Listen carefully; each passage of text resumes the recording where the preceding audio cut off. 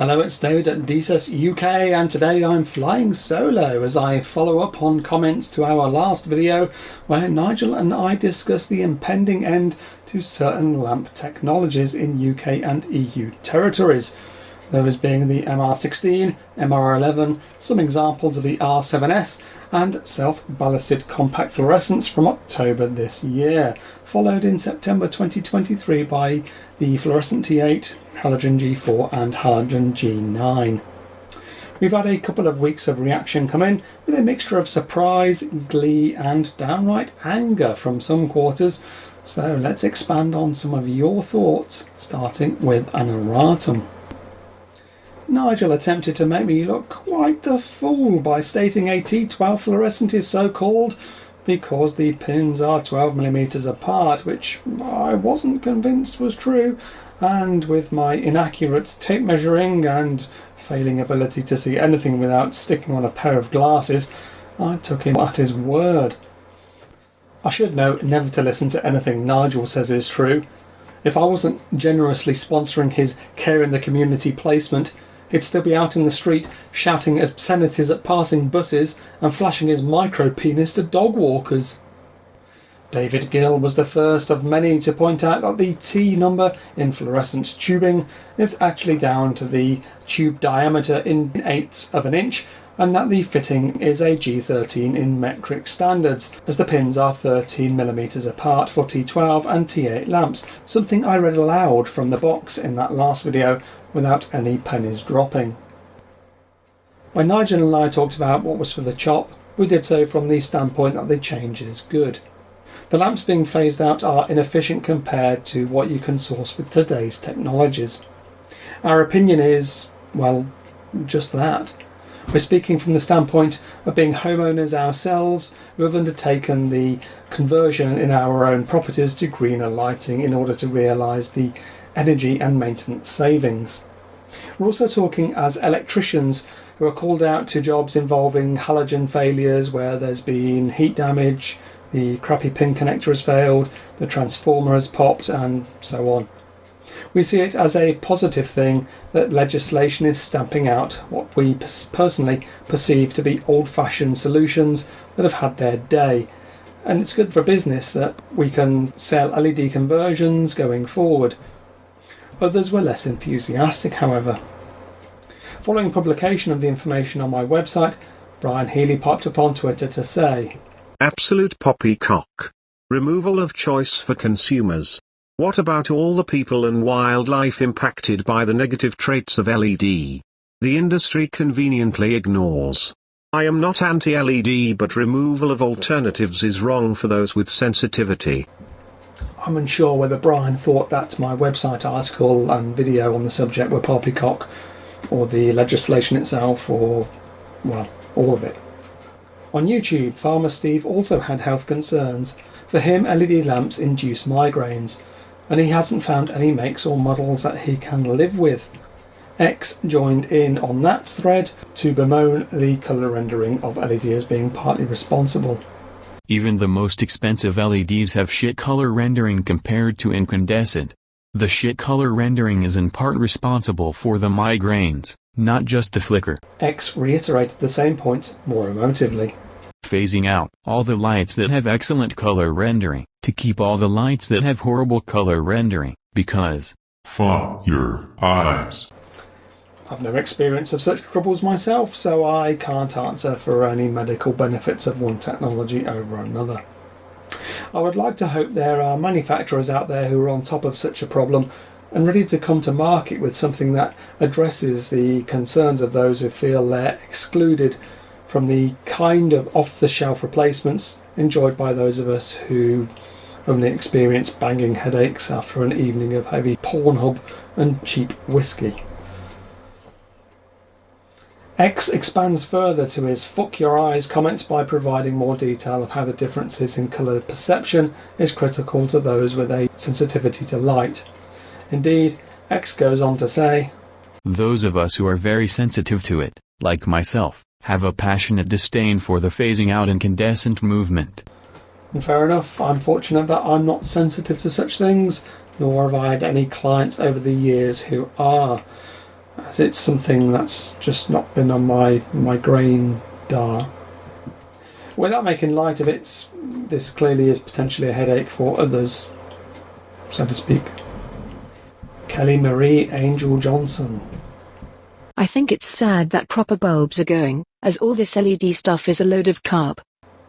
I presume that's a typo and not a comparison of LED technology to an oily freshwater fish, although certain brands of LED lamp manufacturer are about as effective as screwing a shiny, scaly aquatic vertebrate into your lamp socket, and Magnets 1000 was ready to jump in on my Philips bashing.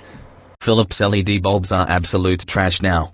Abso-fucking-lutely. Whatever you think about the colour rendering of LED solutions in general, most supposedly green lamps are often let down in the eyes of the consumer by their failing to live up to the long life claims made at the point of sale. That's understandable if you bought a job lot of shiteholer brand lamps cheaply from off eBay. But when you buy the likes of Philips, Crompton, Osram and so on from a legitimate wholesaler, the expectation is that it'll do the business and live up to what it says on the box. Yet I've had all sorts of trouble with some big name brands, especially Philips. But then, Philips Lighting isn't the Dutch market used to be.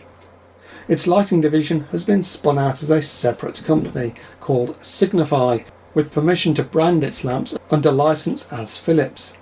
It's not Philips, at least not in the true sense. It's a company listed in its own right on the Dutch Stock Exchange, making what appear to be inferior products, going by the anecdotal evidence of how many failed lamps of theirs I've personally had to pull out of various sites. They're trading on a name people trust. We're being told we must buy into this new technology and legislation will stop us getting hold of the old stuff.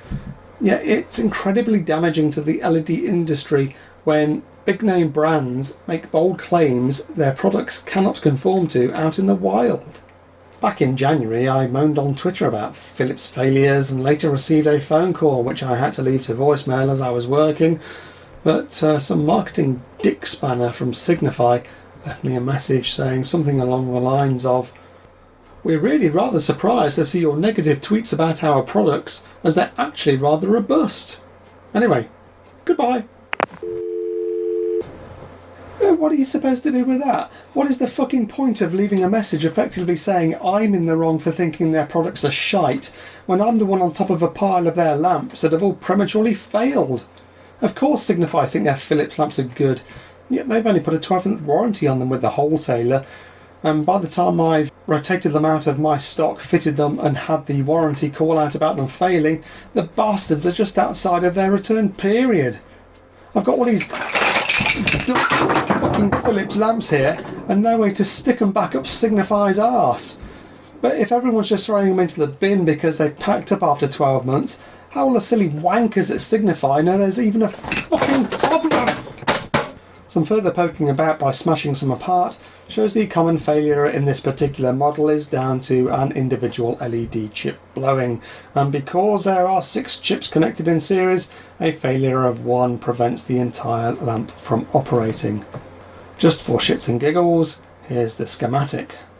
What do you electronics boffins out there make of it? There's a pad labelled as C4 with no capacitor fitted. Let me know if you think any corners have been cut in the basic design of it, or if it's just down to LED chips being overdriven. Signify have got something wrong here, because I have a pile of failures all pulled out from different sites. Paul Edwards asks what brands we should look out for. Well, I can report good success with Ledvance on floodlighting. So far the only brand I've not had to undertake a warranty call out on when it comes to exterior luminaires.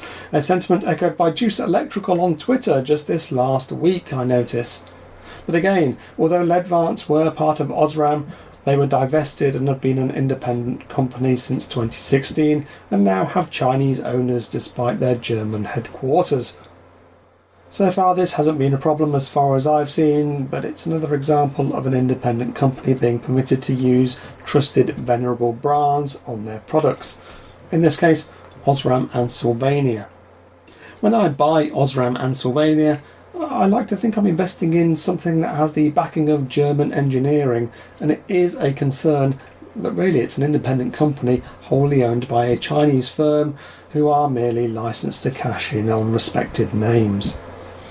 I guess Ledvance are currently doing a better job than Signify, or at least I've not had too much trouble with the Ledvance, Osram and Sylvania brands, which are all under the same umbrella, unlike Philips, whom I no longer trust at all, and who I will no longer throw any of my cash at, being, as they are, worthy only of receiving the steam from off my arsehole.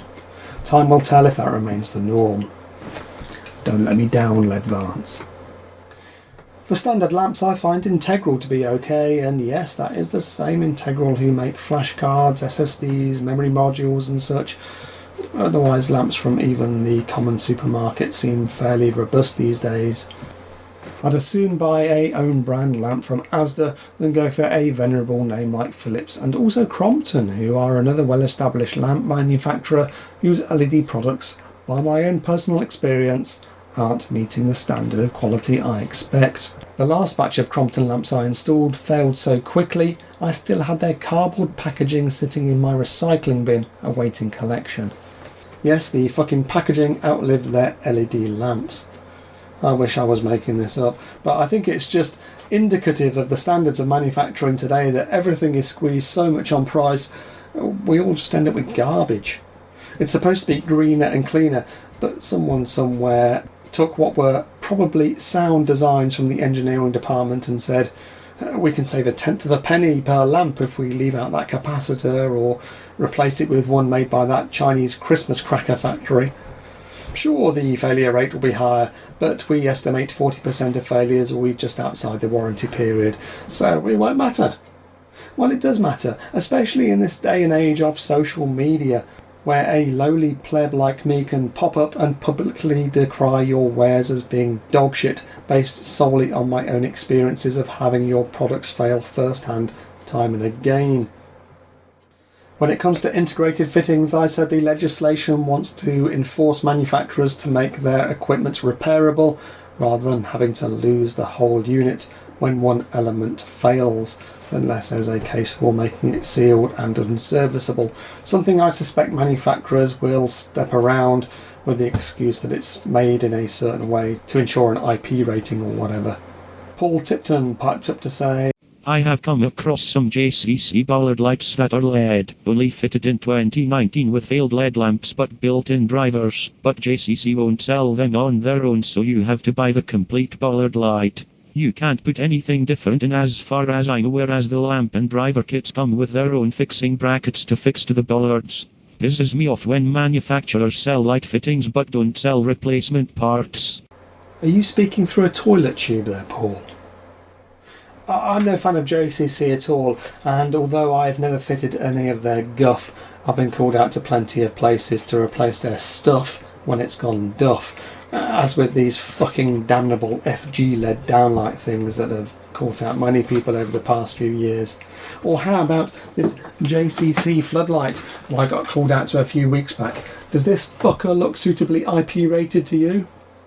It looks like it's got fucking water in it to me. Replacing a failed downlight is one thing, but with something like a bollard light that may be post-created into place on a landscaping job, having integrated elements which fail soon after expiration of the manufacturer warranty with no spares readily available is exactly the problem facing us as installers. We're the ones left high and dry once the likes of JCC have pocketed our money and absolved themselves of warranty responsibilities, because we're the ones who have sold a long life low energy solution to our customers. Then our customers will be giving us heat if it goes pop after 18 months. We either fix it out of our own pocket as a goodwill gesture or charge the client to put it right, which they won't be pleased about, as we told them it was all supposed to last longer in the first fucking place. Richard Wallace sidesteps the warranty issue. Integrated LED light fittings, I get the customer to buy their own, so they are responsible for getting them exchanged if they fail early. Fair enough, although I have two things to say about that. Firstly, I personally prefer to find an end-to-end solution for my clients than to put it on them to go shopping for products they may not be familiar with. It doesn't really fit well with me to say that I'll provide the luminaire, they can source their own lamps. With so many base types, colour temperatures, brands to avoid, and considerations such as dimmer compatibility, beam angles, lumen output, and whatever else, I want my clients to feel I'm taking care of everything and providing the on-site warranty support afterwards, so they know I'll stand by the brands I put in. Secondly, it's disappointing that Richard, like the rest of us, lacks confidence in LED technology because well-known marks sold by legitimate electrical wholesalers seemingly cannot be trusted. It shouldn't be the case that we installers are saying to customers that we're not willing to take on the warranty for LED products and they'll have to accept the risk themselves by taking pot luck on brands they should be able to trust when it comes to light bulbs. Lamps, not bulbs. If I'm talking to other sparkers, I'll use the term lamps. However, Jill and John Average, living in their 70s semi-detached, don't know what a fucking lamp is. So if one is engaged to hang a luminaire they have just purchased and one inquires as to whether the homeowner has also procured any suitable lamps, the perplexed expression returned is often akin to one where some party, but nobody knows which, just farted in the same room. The raised eyebrow, the twitching nostrils, the air of suspicion accompanied by an air of eggy foulness.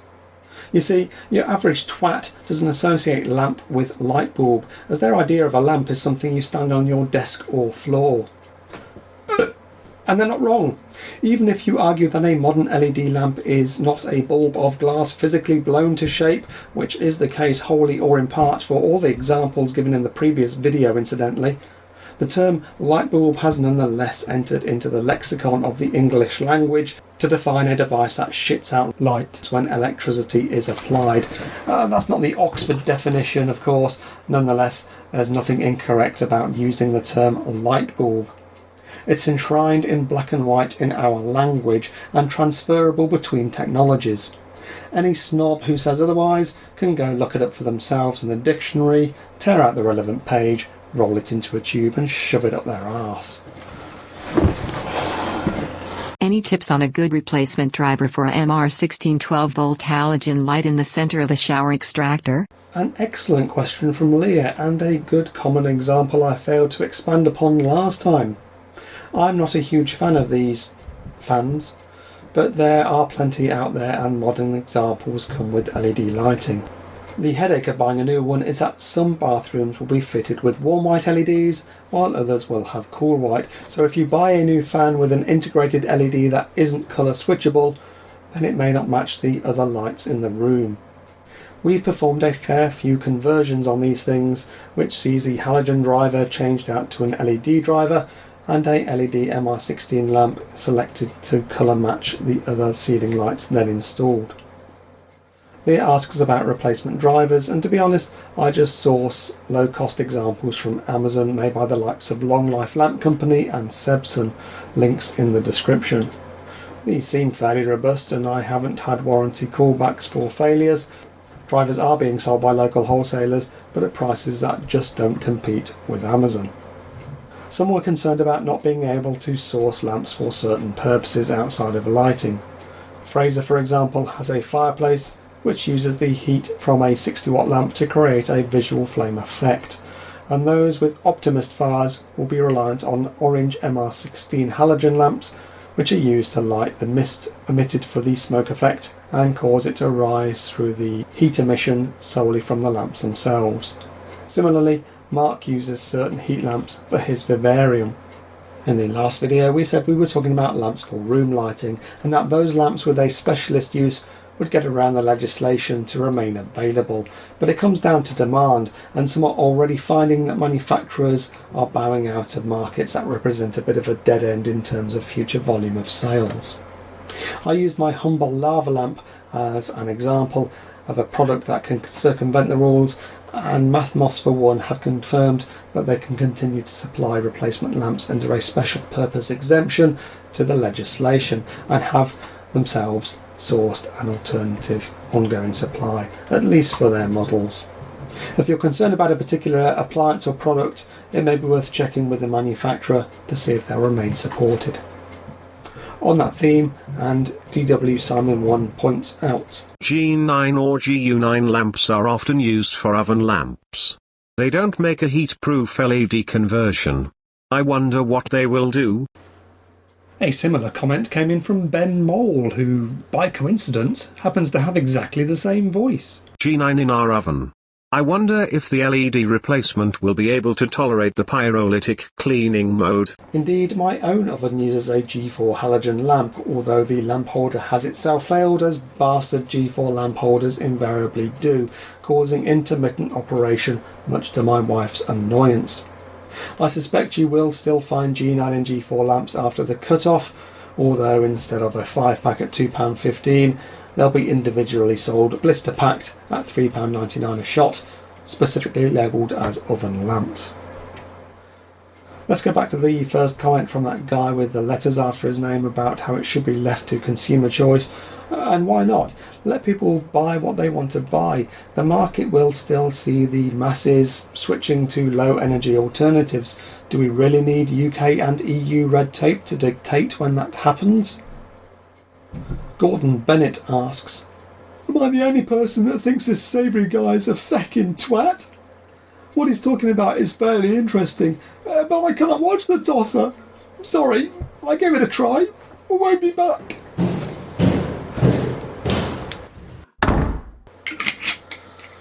Rest assured, you're not the only one holding that opinion, Gordon, so you feel free to tearily stomp off to your safe space. I was good enough to put the same information onto my website, so nobody was obliged to sit through 47 minutes of our yakking.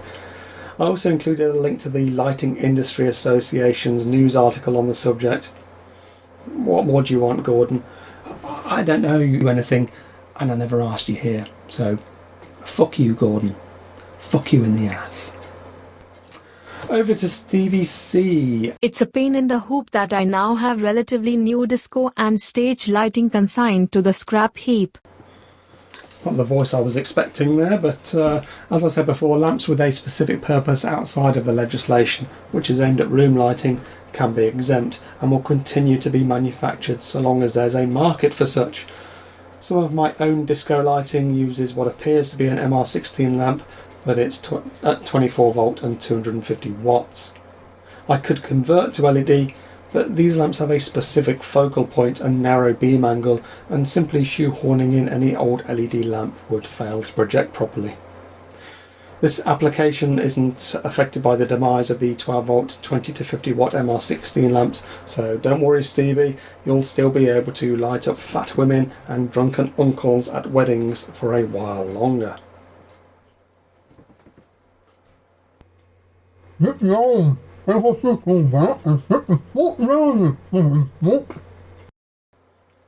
Fuck's sake, son, pull your boyfriend's penis out of your mouth. I can't understand a fucking word you're saying. The G4 was at one time very popular in the touring caravan industry. A good observation from Andrew Turpin there, and presumably the G4 found favour in other off-grid applications too, such as boating. I assume these would be quick wins for LED given the potential power savings when running off battery. As Andrew says, one problem with the G4 was the fact that it came in 10 or 20 watt flavours without it being obvious, so a 20 watt lamp retrofitted into a luminaire designed for a 10 watt version would see some overheating damage, and that's common enough in kitchen under cabinet lights too. Other valid criticisms and comments came in, including some lengthy and technical ones from Abus Web, Alex Lighting and regular contributor The Chipmunk 2008 among others. But enough of this subject from me. I've explained my position and covered the basics. You flick through the feedback for yourselves and make your own minds up as to the rights and wrongs of it all. I mean, I'm just a pawn in this thing, not a player, so there's no point in moaning at me if you don't like it up you. So, shout out to Nigel Tupman, Mike Derham of MSD Electrical, and my mucker Chuck Kirchner once again. Don't worry Chuck, the merchandise is in the post.